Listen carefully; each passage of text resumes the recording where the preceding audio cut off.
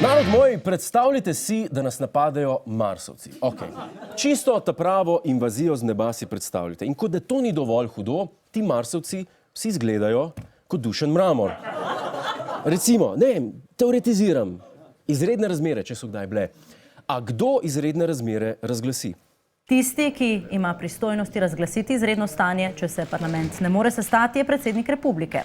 Če predsednika ni, nastopi predsednik državnega zbora. Borut Pahor je trenutno na uradnem obisku na Hrvaškem, Milan Brglez v Indiji, Miro Cerar na Kitajskem. Aha, Marsovci nas hočejo pojesti in edini možje, ki lahko razglasijo izredne razmere, pa so v tujini. Predsednik Pahor lahko to naredi brez parlamenta, poleg tega pa lahko napove tudi vojno. Mimogrede, folk, a se vi zavedate, kakšno moč smo mi dali Pahorju? Človeku, ki kotalka.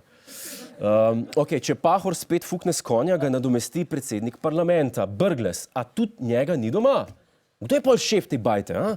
Sam ne mi reč Cerar, lepo vas prosim, ne mi reč Cerar. V takem primeru, če se to zgodi v neki izredni situaciji, da v tem primeru bi ga lahko nadomeščal tisti podpredsednik, ki ga je predsednik državnega zbora za to določil, da ga nadomešča tudi v drugih funkcijah, ali pa najstarejši, recimo, če to ne bi bilo določeno. Aleluja, sam da ni od Smerarja odvisno. Ampak, lahko sam nekaj prej gremo naprej. Na koga vas spomni Ribičič? A veste, na koga mene spomne? Bratija se šime! Bratija se šime! Bratija se šime, ni! Pa še Ribičič se piše. Če torej ni Pahorja in če ni Brgleza, na nas pazi podpredsednik parlamenta. Ampak kdo za vraga je to? Naš parlament ima dva podpredsednika, SD-jevo Bojano Muršič in Desusovega Primoža Hajnca. Verjetno bi ta kot starejši opravljal predsedniško funkcijo. Kdo pa sta ta dva? A njim bomo zaupali predsedniška pooblastila? Saj sploh ne poznamo. A znata kotalkat? A znata bobne špilat? A hodita redno v solari? A se depilirata? No pa še to, pazi, tu je še en hakelc. Ustava sploh ne določa točno, kdo je tretji v hierarhiji za Pahorjem, kar pomeni, da o tem odloča ustavno sodišče. Pa ste vi mal zmešan, ali kaj vam je? Vsi vemo, kako deluje ustavno sodišče. Preden se ti kekci kaj zmenijo, nam zgori pol države. In kaj smo se naučili iz tega? To mi gre zelo težko srca, ampak lahko smo samo veseli, kadar je Pahor doma. Predsednik Pahor, daj bodite večkrat doma, lepo prosim. Ne bomo jezni, če ste bobnali, plesali ali pa miške lovili, sam da ne bomo odvisni od sodnikov. Obljubite? Ok, sem že bolj varen. Zdaj pa pojmo naprej. Policijska stavka še vedno traja. Slovenska policija še vedno obupuje nad nemogočimi pogoji za delo in pričakujejo odziv našega Cmerarja. Pravijo da, in to je citat, predsednik vlade bo moral dati jasno sporočilo, ali sploh resno jemlje policijo. No, draga policija, jaz vam lahko zagotovim, da vas Cerar niti približno ne bo jemal resno, dokler ne dobi dodatnih pojasnil, da ste res policija. Ti ljudje imajo sicer uniforme, ampak so pa v preteklem tednu policisti izredno pozitivno razveselili državljanke in državljane z obvestili, ki so jih delili prekrškarjem. V grozečem ovitku, ki ga ponavadi najdemo na vetrobranskem steklu, so namesto kazni namreč delili listke s citati.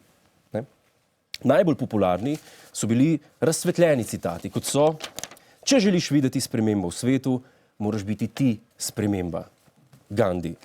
Ali pa tega: kdor se smehlja, namesto da bi besnel, je vedno močnejši. Japonski pregovor. No, vi ste nam vztrajno ves teden pošiljali obvestila, ki ste jih prejemali, pa dajmo še pogledati, kaj vse vas je pričakalo na avtomobilih. Recimo, gledalka iz Medvod nam je poslala tole obvestilo: ne grem na kolena, ne bom več senca njena, Saška Lendero. Vidiš, Cerar, kakšen spol so ti nadeli naši policisti. Jaz bi se zasekiral. Naprej, roke gor, gate dol, Konfucij. Ta je tudi lepa. Ali pa recimo, kaj ste nam še poslali? Ljubezen ne pozna meja, Josif Visarionovič Stalin. Pa za takega barabo so ga imeli.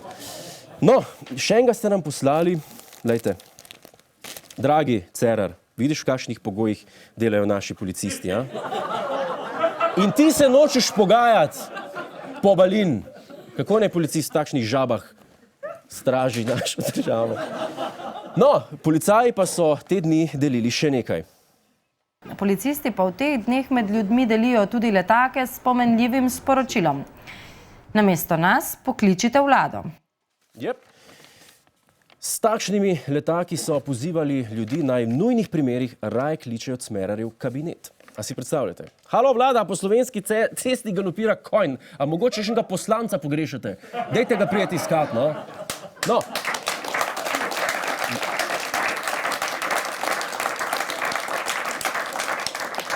Zaključil bi pa, če smem, z mislijo intelektualca, ki je leta 2009 o policistih zapisal tole. Vzemite si k srcu, ker je danes to še kako aktualno. Človek je bil pred časom. Pogosto nismo ustrezno spoštljivi do policistov. Podcenjujemo jih, včasih se do njih vedemo celo nesramno. Tako ne bomo prišli nikamor. Avtor dr. Miro Cerar. Hvala za ogled, ne pozabi pa tudi na Ta teden z Juretom Godlerjem ob četrtkih ob 22:40 na Planetu.